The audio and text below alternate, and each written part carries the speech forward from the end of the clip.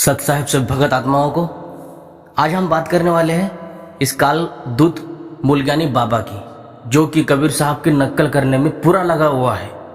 इसको ये लगता है कि कबीर है। अब इसको यही नहीं पता कि कबीर किसे कहते हैं, और कबीर साहब की नक्ल करने में लगा है। ऊपर ऐसा मोर पंख लगा देता है और खुद को कबीर साहब कहता है। भले मुंह से ना बोलता हो, लेकिन फितरत और नीयत इसकी यही बताती है कि ये खुद को मानने लगा है कबीर साहब। जैसे भगवान श्री कृष्ण थे, तब उस समय उनकी भी नक्ल किया करते थे काफी लोग, और उनमें से है एक पौंड्रक, वो भी श्री कृष्ण भगवान जी की नक्ल करता था। लेकिन अंत में क्या हुआ, बुरी तरह से अंत हुआ उसका। इसीलिए जो भी पिता परमेश्वर साहब जी कबीर जी की नक्ल करेगा, वो पूरी तरह से नाश किया जाएगा, उसका सर्वनाश होगा, जो कि परमेश्वर की नक्ल करता हो। और रही बात, हम जिस चीज की भी नक्ल करें, जिस चीज की भी कॉपी करने की कोशिश करें, वही गुण और व्यक्तित्व अस्तित्व हमारे अंदर होना चाहिए, ना कि केवल नक्ल करने से कुछ भी हासिल होने वाला है। इस मूलज्ञानी बाबा को यही पता नहीं कि कबीर साहब की नक्ल करने के लिए कबीर साहब के जैसा ज्ञान और कबीर साहब की जैसी शक्तियां भी होनी चाहिए, लेकिन नहीं, इसके पास वो भी नहीं है। और रहेगी कैसे, नकली आदमी के पास कुछ भी सिद्धियां या शक्तियां नहीं होती है। उसे केवल सिद्ध साधक जो मन से साफ हो, पवित्र हो, वही साध सकता है। इसका तो मन भी साफ नहीं है, ये अच्छा इंसान भी नहीं है, ये अच्छा शिष्य नहीं बन पाया और परमात्मा की नकल करने में लगा हुआ है। अब इसको पता नहीं है कि इसका अंजाम क्या होने वाला है। इसको अभी बहुत बड़ा मजा आ रहा है, क्योंकि लोग अंधे भगत इसको पकड़ के बैठे हैं, गुरु मान बैठे हैं, मूल ज्ञानी बाबा समझ रहे हैं। अब मूल ज्ञान में क्या क्या आता है यही इसको नहीं पता है। और ये शब्द मंत्रों का, सतनाम मंत्रों का, सार शब्द मंत्रों का, पूजा पाठ आरती वगैरह का ये घोर विरोध करता है, अर्थात कबीर साहब के मार्ग का विनाशक है। कबीर साहब के जितने भी मार्ग है, जितने भी भक्ति के साधना है, साधना के प्रकार है, भक्ति के प्रकार है, जो कबीर साहब ने बताए हैं, उसका ये पूरा खंडन करता है और खुद को कबीर दिखाने की पूरी कोशिश करता है। सबसे पहली बात तो ये रंभदूत हैं। इतने कर्कश आवाज में कोई भी संत महात्मा बोलता ही नहीं, क्योंकि ये जब भी बोलता है तो इसकी तरफ देखिए ये किस प्रकार से बोलता है। इसके बोलने की जो ट्रिक है, टेक्निक है, वो रंभदूत ही है, ये दर्शाती है। आपने गौर किया होगा, ये आत्मा को ही परमात्मा कहने में लगा हुआ है। अगर आत्मा ही परमात्मा है तो हम तेरे पास क्यों आए भाई, लोग तेरे पास क्यों आए? क्योंकि लोग भी परमात्मा, तू भी परमात्मा, फिर दोनों में अंतर भेद क्या हुआ? आप गुरु बन के क्यों बैठे हो वहां पे? अगर आत्मा और परमात्मा कोई अंतर नहीं है तो तू भी परमात्मा, हम भी परमात्मा, तो दोनों में अंतर ही क्या रहा? तो ना तो आपको शिष्य बनाने की जरूरत है, ना इन लोगों को गुरु बनाने की जरूरत है। आप ही गुरु, आप ही चला। ये लाइन बोलने से, ये लाइन पढ़ने से, इस शब्द को रटने से कुछ होने वाला नहीं है। और एक वाणी बोलता है, सत्यनाम मंत्र नहीं है, वो आपन स्वरूप है, वो आत्म स्वरूप। सत्यनाम कोई मंत्र नहीं है, वो आत्म स्वरूप। ये फर्जी वाणी कबीर साहब की नहीं है। ये फर्जी वाणी जोड़कर कुछ भी मनगढ़ंत दोहा बनाकर ये बोलने लगता है। अब कबीर साहब के सत्य ज्ञान को छुपाकर नकली ज्ञान को ऊपर लाता है। जैसे गीता ज्ञान है, अध्याय 2 गीता सार, आत्मा का परिचय, जिसमें पूर्ण रूप से भगवान श्री कृष्ण जी ने आत्मा का परिचय दिया है कि आत्मा की सत्यता कितनी है, आत्मा क्या है, कैसे होती है, और आत्मा कहां से आई ये भी बताया है गीता में। लेकिन ये पढ़ेगा तब जानेगा, क्योंकि इसको अपनी दुकान चलानी है, इसको अपना धंधा चलाना है, व्यापार बनाना है, और कबीर साहब के भक्ति का नाश करना है। अब इसको ये नहीं पता है कि गीता अध्याय 2 कहने से पूरा सार नहीं होता है। अगर गीता अध्याय 2 ही पर्याप्त होती तो और आगे जो 16 अध्याय बने हैं, टोटल अध्याय है 18, उनमें 700 श्लोक है। तो ये जो श्लोक बोले गए हैं ये निरर्थक नहीं है, किसी ना किसी विषय के बारे में बोला गया है। हर एक तत्व की जानकारी उसमें बताई गई है और यह भी बताया गया है कि संपूर्ण तत्व की ही जानकारी यदि अर्जुन तुम्हें प्राप्त करनी है तो तुम्हें खोज करनी पड़ेगी तत्वदर्शी संत की। भगवान श्री कृष्ण अर्जुन को अध्याय 4 श्लोक 34 में कहते हैं कि अर्जुन सभी तत्व, ब्रह्म तत्व की, क्षर तत्व, अक्षर तत्व और परम अक्षर तत्व, इन तीनों तत्व ब्रह्म की यदि आपको जानकारी चाहिए तो जा और तत्वदर्शी संत की खोज कर, उनको तलाश करके उनको दंडवत प्रणाम करने से और सरलता पूर्वक प्रश्न करने से वो संपूर्ण तुम्हारे प्रश्न का समाधान कर देंगे और अंततः तुम्हें मोक्ष उपदेश प्राप्त होगा और तुम्हारी मुक्ति हो जाएगी। तो यह है गीता का सार। लेकिन ये लोग समझ नहीं पाए कि गीता आखिर क्या है, गीता सार क्या है। वो सार नहीं, वो सांख्य योग है। जहां पर बोला है एकम शरणम व्रज, वो है सार कि किसके शरण में जाने को बोला है। यहां पे आत्मा की शरण में जाने को नहीं बोला है कि आत्मा ही परमात्मा नहीं बोला है। यहां पे उस एक समर्थ परमेश्वर की शरण में जा, ये बोला गया है, एकम शरणम व्रज। तो ये इतना सब बोलकर भी इस काल के दूत को समझ में नहीं आ रहा है कि असल गीता क्या बयां कर रही है, असल में गीता ज्ञान क्या बताना चाहता है, ये समझ नहीं पाया। और ना ही नकली कोई कबीरपंथी समझ पाया और ना ही नकली कोई गुरु समझ पाया। इसीलिए दुविधा ये निर्माण यहां पे हो जाती है कि ये कबीरपंथी अपने मन से मन घड़ंत विधान बनाकर मन घड़ंत साधना और नामों को प्रदान करते हैं। जैसे ये काल का दूत कहता है कि 52 अक्षरी वाले शब्द जपना ही नहीं है और खुद ही 52 अक्षर वाले वो 5 शब्द देता है, नकल करता है, क्योंकि इसको पता है कि कैसे लोगों को बेवकूफ बनाना है, कैसे मूर्ख बनाना है।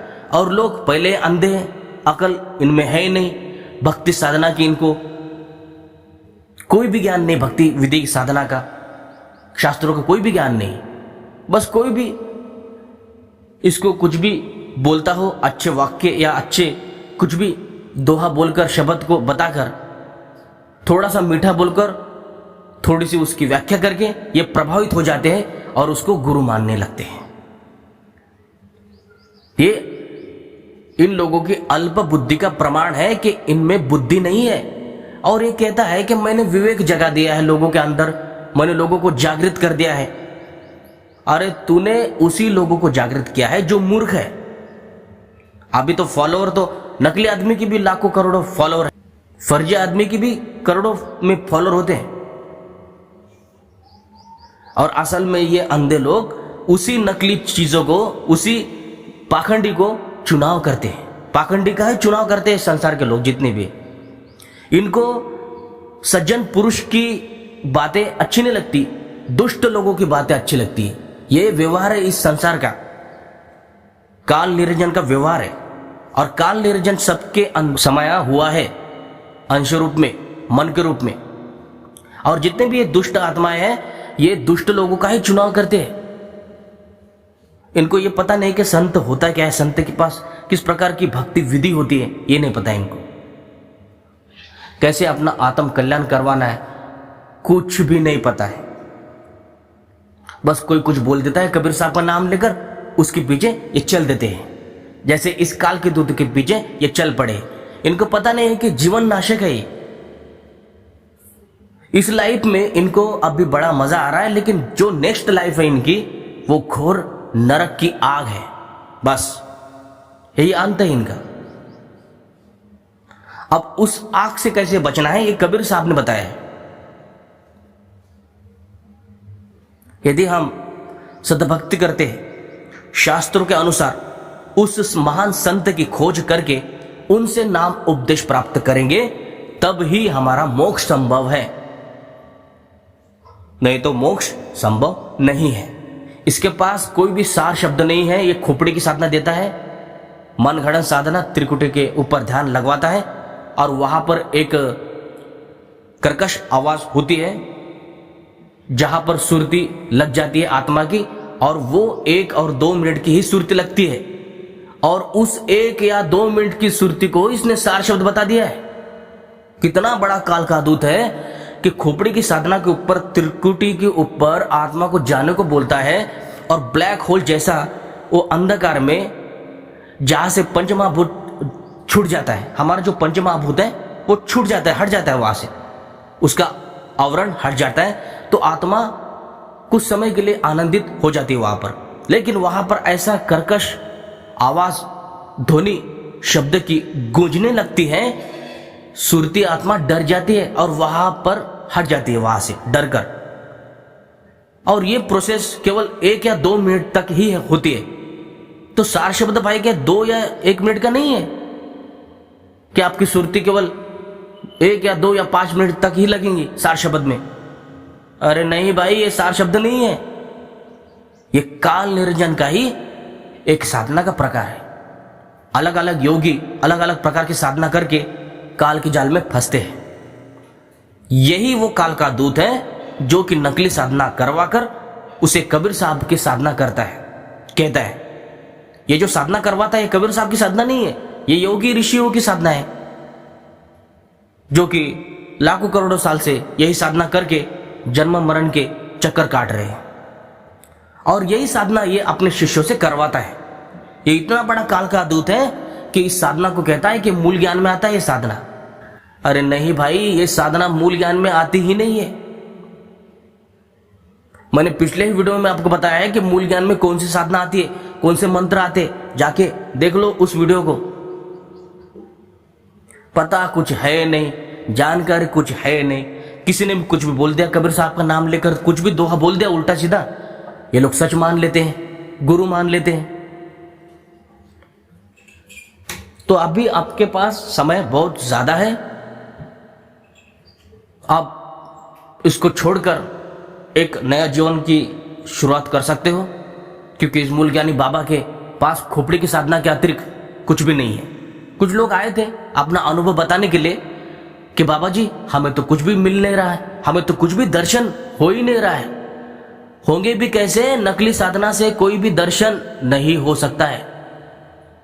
अरे दम भी पाखंडी गुरु कितना भी जोर से सत्संग करे, कितनी भी कहानी बनाए, कितनी भी गपड़ बातें बताकर आपको बेवकूफ बनाने का प्रयास करे, तब भी उस साधना से आपको कोई भी लाभ नहीं मिलता है। पूर्ण गुरु के अतिरिक्त जिसके पास परमेश्वर की शक्तियां हो, जिसको परमेश्वर ने आदेश दिया हो, समर्थ गुरु ने आदेश अपना आशीर्वाद दिया हो, वही काम करेगा तुम्हारे जीवन में। ऐसे निरर्थक गुरु, ऐसे फर्जी पाखंडी गुरु तो कदम कदम पर बैठे हुए हैं। इनको बेवकूफ बनाकर लोगों को बस गुरु बनकर उनका जीवन खराब करना है, यही तो काम है इनका। देखा देखी गुरु शिष्य बन गए, किया ना तत्व विचारा, और इन दोनों के माथे पर वो काल ठोके बंजारा। इनको पता नहीं कि काल कितना बड़ा इनके साथ षड्यंत्र कर रहा है। अब बचा कैसे जाए, ये विधि है उसकी बचने की। उस काल के दूत को छोड़कर असली संत की खोज कीजिए, जो असल में जिसके पास मूल ज्ञान हो, तत्व ज्ञान हो, जो संत तत्वदर्शी हो। तत्वदर्शी संत मिल पाना चारों युगों में संभव नहीं है। ये जो तत्वदर्शी संत हैं, संत रामपाल महाराज जी, ये चारों युगों में 3 युग ऐसे गए हमारे। आज ये दाव लगा है कलयुग का दाव, जहां पर ये संत आकर विराजमान हुए हैं। तो हमारा बड़ा भाग्य है, और इस भाग्य को हमें जाने नहीं देना है, इस अवसर को जाने नहीं देना है, पकड़ लेना है इस अवसर को, क्योंकि ऐसा गोल्डन चांस सतलोक जाने का दोबारा नहीं मिल सकता है। ये नक्कल करने से, नक्कल करने वाला ये बंदा जो मूल ज्ञानी बाबा बैठा हुआ है, ये केवल नक्कल करने में एक्सपर्ट है। इसके पास कोई शक्ति नहीं है, कोई साधना का परिणाम नहीं है। अंततः परिणाम आपका दुष्परिणाम में परिवर्तित होगा। आप अंत में बहुत ज्यादा पछताओगे, बहुत ही ज्यादा आपको तकलीफ होगी। इस बात से तकलीफ होगी कि तुमने किस गुरु के ऊपर विश्वास कर लिया, किस गुरु का कहना मानकर अपने सतगुरु को छोड़कर इस नकली के शरण में आप चले गए। ये अभी आपको नहीं पता चलेगा। जब आप ये शरीर छोड़ोगे इस नकली खोपड़ी की साधना करके, जब आपके हाथ में कुछ भी नहीं लगेगा, तब आपको सच्चाई का आभास होगा कि कितनी बड़ी हमारी भूल हो गई है। क्योंकि यहां पर यही है, चूक जरा सी आगे है 84। इसलिए हमें अपने गलतियों को सुधार कर अच्छी तरह से खोज करते हुए अनुभव आध्यात्मिकता का होना चाहिए हमारी लाइफ में। जब तक आध्यात्मिक अनुभव ही आपको कुछ नहीं होगा तो फर्जी नाम ये जप कर इस मूल यानी बाबा के आपको मिलेगा क्या? कुछ नहीं। इसलिए असली नाम जपिए, गायत्री पटल मंत्र जपिए, जो कि संत गरीबदास महाराज जी ने बताया है अपने सदग्रंथ में। वो बंदी छोड़ है, वो कबीर साहब के ही स्वरूप थे, बंदी छोड़ गरीबदास महाराज जी। अब उन पर विश्वास ना करते हुए इस नकली आदमी के ऊपर विश्वास करते हो, ये आपकी मूर्खता है और अल्प बुद्धि है। तो इसलिए अपना विवेक जगाइए और सदगुरु की खोज कीजिए। और आज के वर्तमान में केवल संत रामपाल महाराज जी एकमात्र सदगुरु है। बाकी जितने भी संत, ये महात्मा, ये पंडित जितने भी हैं, ये सब नकली है, सब नकली। इनके पास कोई भी साधना नहीं है, ना ये सिंपल साधा देवता को प्रकट करने की, दर्शन करने की भी इनके पास विधि नहीं है। ये आपको देवताओं के भी दर्शन कराने वाली इनके पास साधना नहीं है। ये इतने नीचे स्तर की साधना है इनके पास। तो आप विचार कीजिए कि आप क्या कर रहे हो, क्यों अपना जीवन नाश कर रहे हो। इसलिए आइए संत रामपाल महाराज जी के पास और नाम दीक्षा लेकर अपना जीवन सफल कीजिए। क्योंकि एकमात्र इस विश्व में केवल जगत गुरु तत्वदर्शी संत रामपाल महाराज जी है, पूर्ण गुरु कबीर साहब के पूर्ण अवतार। बस दास इतना ही कहना चाहता है। आगे हम आपको इसकी और एक झूठ बात खोलकर बताएंगे कल, ताकि आप उस ज्ञान सागर से ये समझ सको कि सतलोक में जन्म और मृत्यु नहीं होती है। लेकिन इस काल के दूत ने, संत रामपाल महाराज जी के शिष्यों ने जब शास्त्र इतने बड़े लाए तो उसको इसने बोल दिया कि सर्वानंद, उसको सर्वानंद बोल दिया, खुद को कबीर साहब समझने लगा। कबीर साहब की लीलाओं का इसने शायद पढ़ा नहीं होगा, कबीर साहब की लीला उन्होंने क्या क्या की। और ये निठल्ला आदमी स्वयं को कबीर साहब कहता है। तो भूल ना कीजिए, ठीक है। तो मिलते हैं नेक्स्ट वीडियो में, ज्ञान सागर को लेकर आपको बताएंगे सतलोक में जन्म या मृत्यु होती है या नहीं, और कबीर साहब ने क्या बताया है सतलोक के बारे में, जीवात्मा के बारे में। तो कल जानते हैं। तो अब तक के लिए बस इतना ही। तो मिलते हैं नेक्स्ट वीडियो में, तब तक के लिए सभी को सत साहेब, जय बंदी छोड़ की, जय बंदी छोड़ की।